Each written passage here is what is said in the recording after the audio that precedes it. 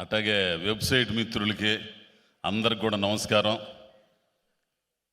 ఏం మాట్లాడినా కానీ ఏదో చేసేస్తారు.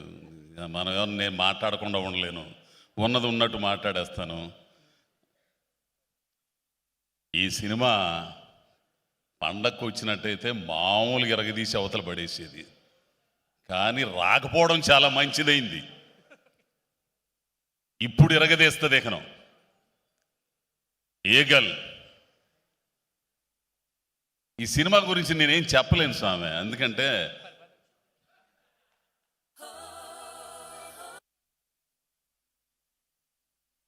ఏంది మడిసే. ఇప్పుడు కొన్ని సినిమాల్ని ధైర్యం చాలదు చెప్పాలంటే.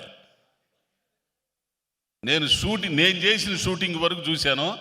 డబ్బింగ్ చెప్పేటప్పుడు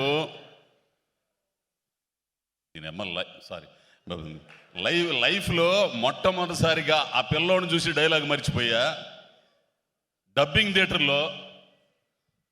థియేటర్లో ఈయన ఆ సీన్లన్నీ చూసి నేను మర్చిపోయా, డబ్బింగ్ చెప్పడం కూడా. ఏందిర స్వామి ఈ సినిమా ఏంది, ఇదేంది, ఈ కథ ఏంది, ఈ గన్నులేంది, ఆ పిల్లోడి వేషం ఏంది, ఈ కార్తీక్ ఏమయ్యా నువ్వు అసలు మడిసివే, ఇంత ఉంటాడో లేదు, సన్నగా ఎర్రగదీసి వదిలిపెట్టాడు. ఈ సినిమా థియేటర్లోనే చూడాల, ఒక అద్భుతమైన సినిమా. ఈ సినిమాలో పనిచేసిన వాళ్ళు ఎంత కష్టపడ్డారో ఆ కష్టం మొత్తం కూడా ఈ సినిమాలో కనపడిద్ది.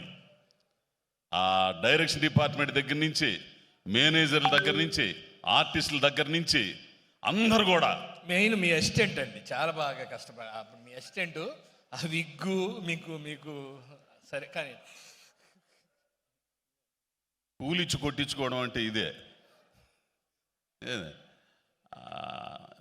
ఏదో చెప్పాలనుకున్నాను నేను.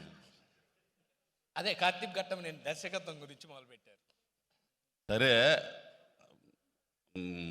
ఇక పోతే ఆర్టిస్టులు, ఇదిగో మా అవసరాలయ్యా, ఆయన పేరు ఏందో, నీది మాత్రం పేలిందయ్యా అసలు. మిర్చి ఆయన, అబ్బో కిరణ్, మిర్చి కిరణ్ ఎస్ఐ క్యారెక్టర్ అద్భుతం. తెలిసిన నువ్వు చేతులు ఎత్తమగ్గానే ఏంది, ఆడు మా బామరిది భాష ఏంది, ఇట్లా వరసను చేసిన వాళ్ళందరూ కూడా చాలా బాగుంటుంది.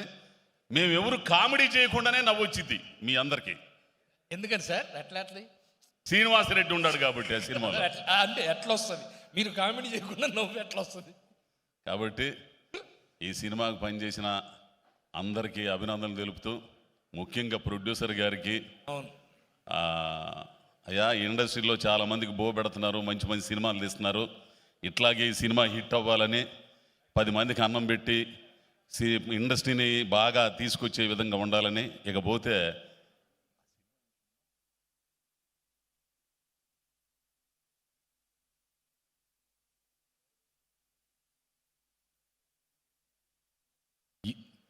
నువ్వేందమ్మా మేమేదో ఈడియట్ సినిమాకి ఫస్ట్ వచ్చాను అబ్బాయి, అన్నపూర్ణ స్టూడియోలో వేషం కోసం వచ్చా ఫస్ట్.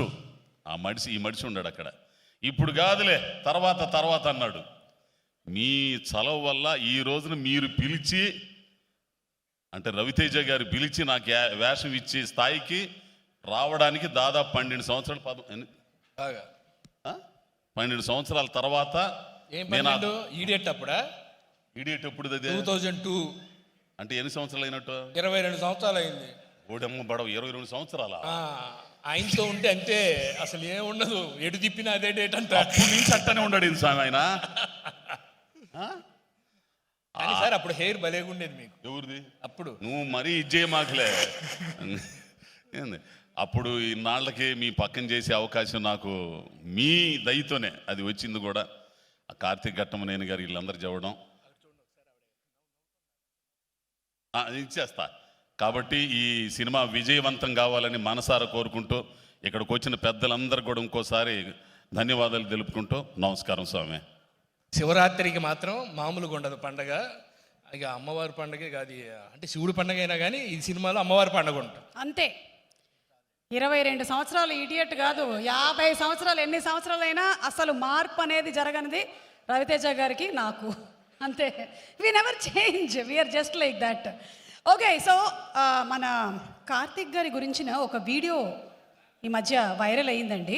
ఒక్కసారి చూద్దాం అనుకుంటున్నాము. ఆయన మీద చాలా కంప్లైంట్స్ ఉన్నాయి. ఆ కంప్లైంట్స్ ఏంటో ఒకసారి